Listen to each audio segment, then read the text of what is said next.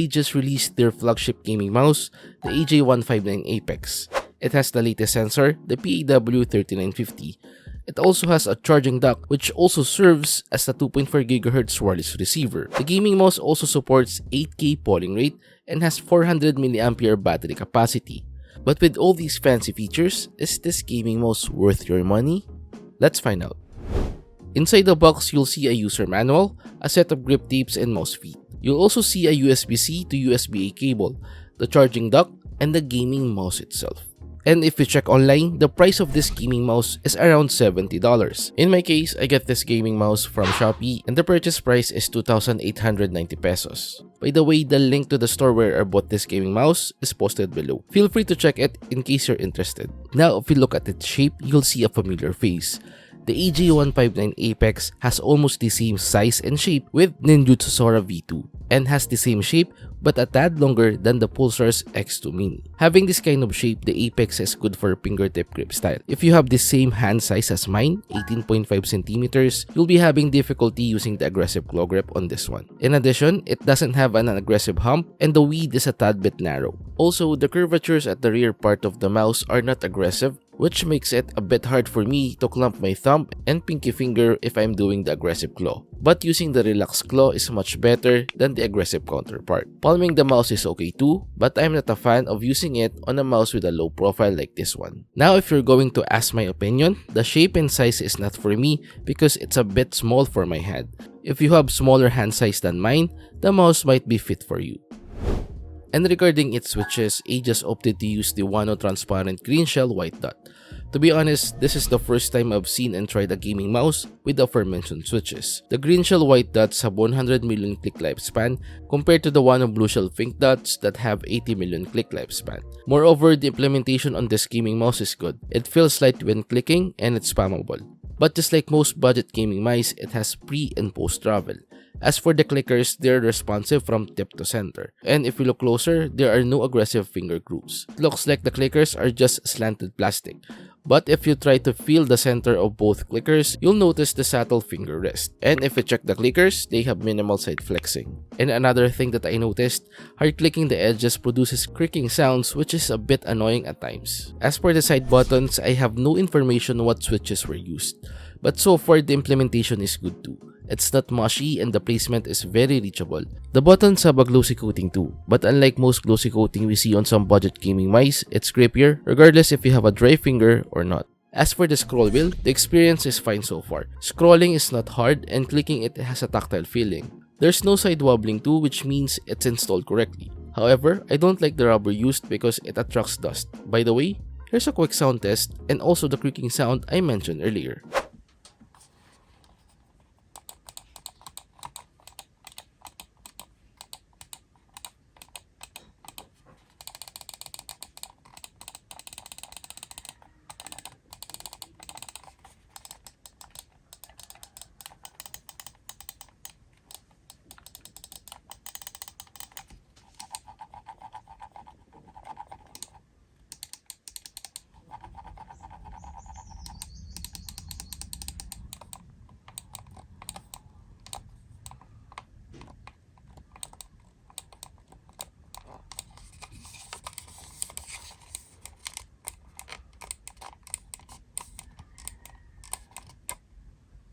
According to the specification sheet, the AJ159 APEX has the ice fill coating.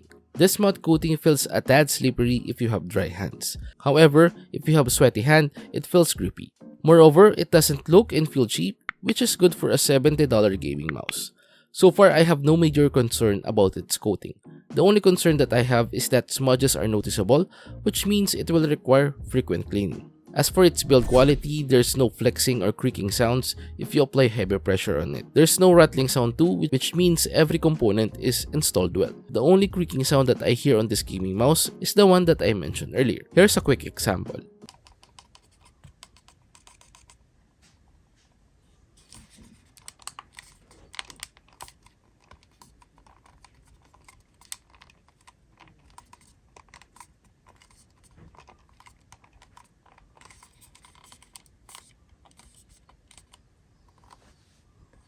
Like I said earlier, the AJ159 APEX has PAW3950. The sensor of this gaming mouse is a customized 3950 which can reach up to 42K DPI settings. And so far, the implementation is good. I tried setting the DPI to the lowest and I did not experience any spinouts. But the weight is quite heavy. The AJ159 APEX weighs 59 grams on my scale, 3 grams heavier than its advertised weight. To be honest, I'm quite disappointed with its weight because I think it should be lighter. 59 grams is acceptable if the gaming mouse we're reviewing today is the base model. APEX is the high-end model of the AJ159 series. Anyway, the most probable reason is its battery. Like I said earlier, the AJ159 APEX has 400 mAh battery capacity. It's a big battery and in my testing, I got 80 hours on 8K polling rate. I wasn't able to test it on 4K and 1K polling rates, but for sure, the battery life will be longer. I guess AJazz sacrificed the weight so that users will have the opportunity to have longer wireless time while connected using a higher polling rate. As for the charging time using the charging dock, I got 4 to 5 hours. Apologies, I wasn't able to test the charging time using the cable only.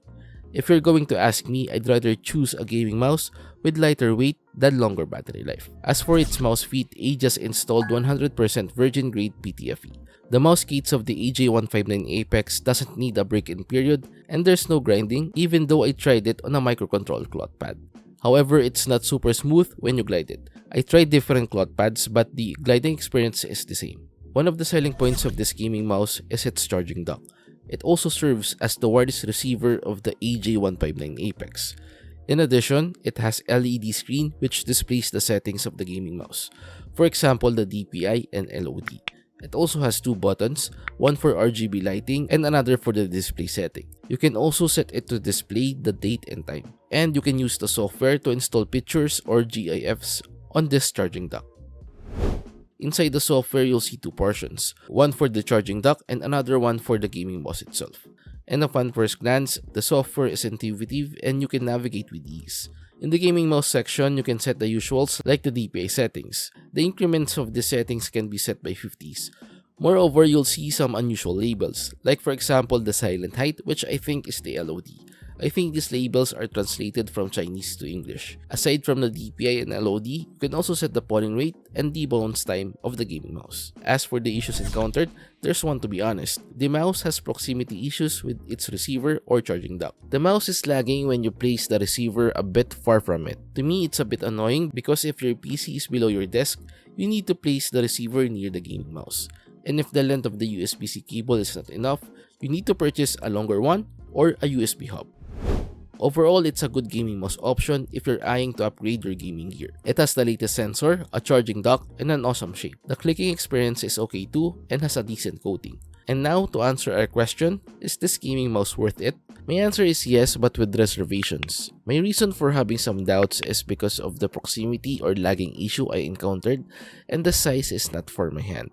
But the good thing about this gaming mouse is it's one of the cheapest as of the making of this video with PW3950. Plus the addition of a charging dock which also acts as the wireless receiver is a good feature. And it also supports higher polling rates. Just place the wireless receiver or charging dock near the mouse to avoid the proximity or lagging issue I mentioned earlier. And that's it guys, we have reached the end part now. Hopefully this video helped you. Till our next, goodbye.